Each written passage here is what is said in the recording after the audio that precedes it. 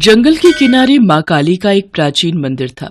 दिन के समय वहां भक्तों की भीड़ लगी रहती थी, पर शाम के समय मंदिर के पंडित जी मंदिर के द्वार पर ताला लगाकर पड़ोस के गांव में बने अपने घर चले जाते थे। एक दिन पंडित जी जब शाम की पूजा करके मंदिर का द्वार बंद करके घर जाने की तैयारी में थे, तभी वहां एक आदमी आ पहुंचा।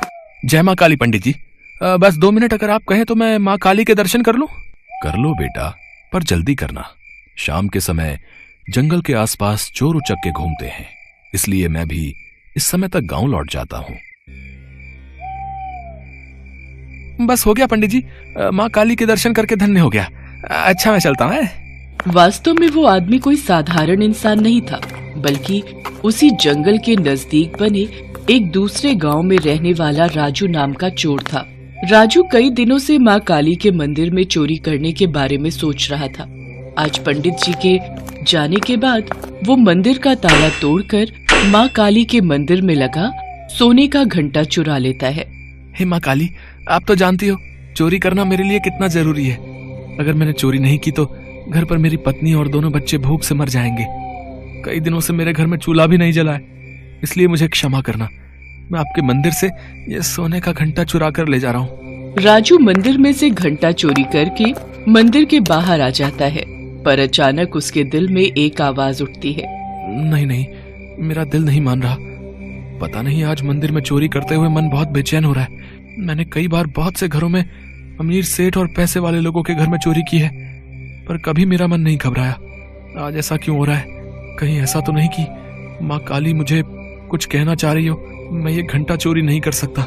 काली माँ, मुझे क्षमा करना। मैं आपके मंदिर में चोरी करने आया तो था, पर आपके दर्शन करके मेरा मन बदल गया। मैं आपसे वादा करता हूँ, मैं आज के बाद कभी भी चोरी नहीं करूंगा। पर देवी मैया, मैं बहुत गरीब हूँ। अपने परिवार का पालन पोषण सिर्फ इस चोरी के रुपयों से ही करता आया हूँ।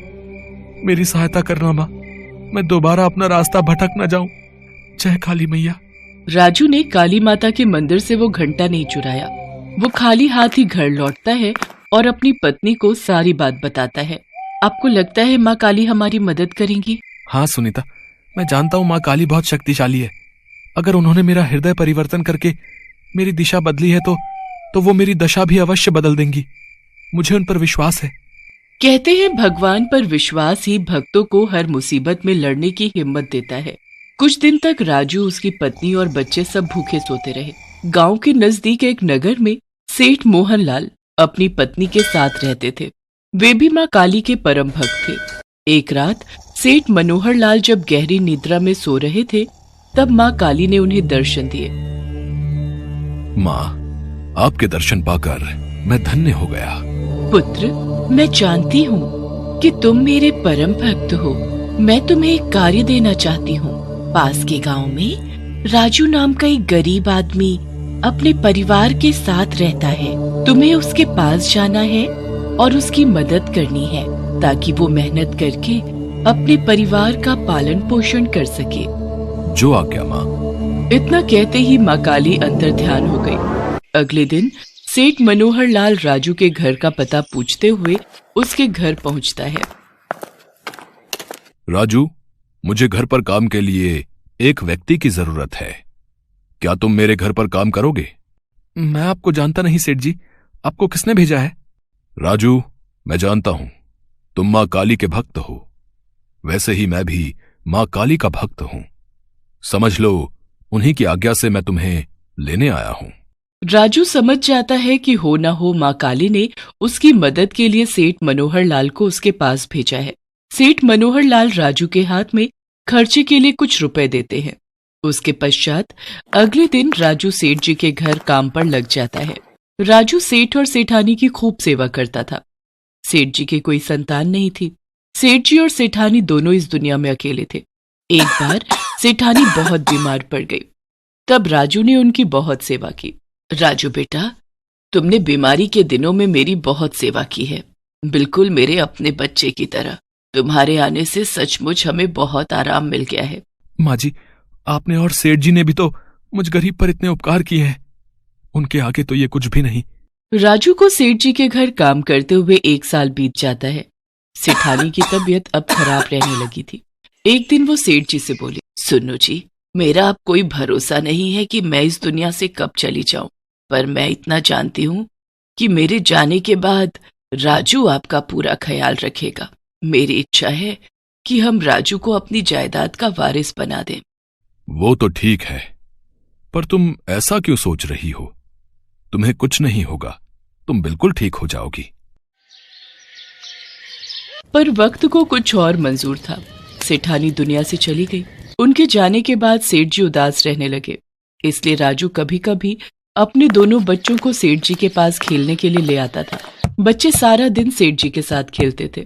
पिंकी बिटिया, बंटी बेटा, देखो मैंने तुम दोनों के लिए कितने सारे खिलौने मंगवाए हैं। सेठ जी, ये दोनों बहुत शैतान हो गए हैं। आप इनके लिए रोजाना कुछ ना कुछ मंगवाते रहते हैं और ये दोनों आपको परेशान करते हैं। चलो बच्चों, अब घर चलो। नहीं बापू, हमें दादाजी के साथ और खेलना है। मुझे भी बापू दादा के साथ खेलना है। बच्चों की मीठी मीठी और कोमल बातें सुनकर सेठ जी की आंखें भर आती हैं और वो राजू से कहते हैं, राजू, तुम सबका साथ पाकर मेरा परिवार पूरा हो गया।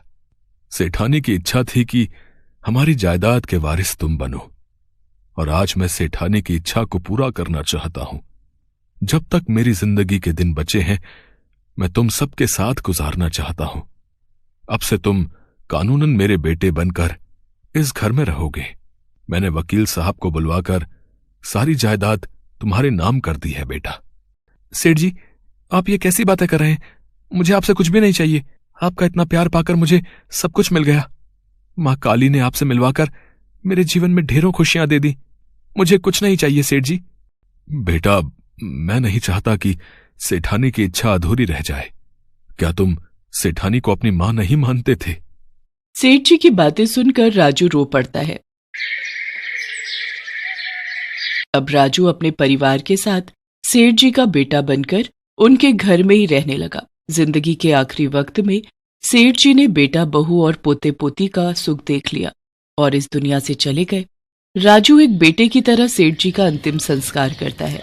अपनी मेहनत और ईमानदारी से राजू एक चोर से एक अच्छा इंसान बन गया और आज मां काली की कृपा से उसकी दिशा और दशा दोनों बदल चुकी थी।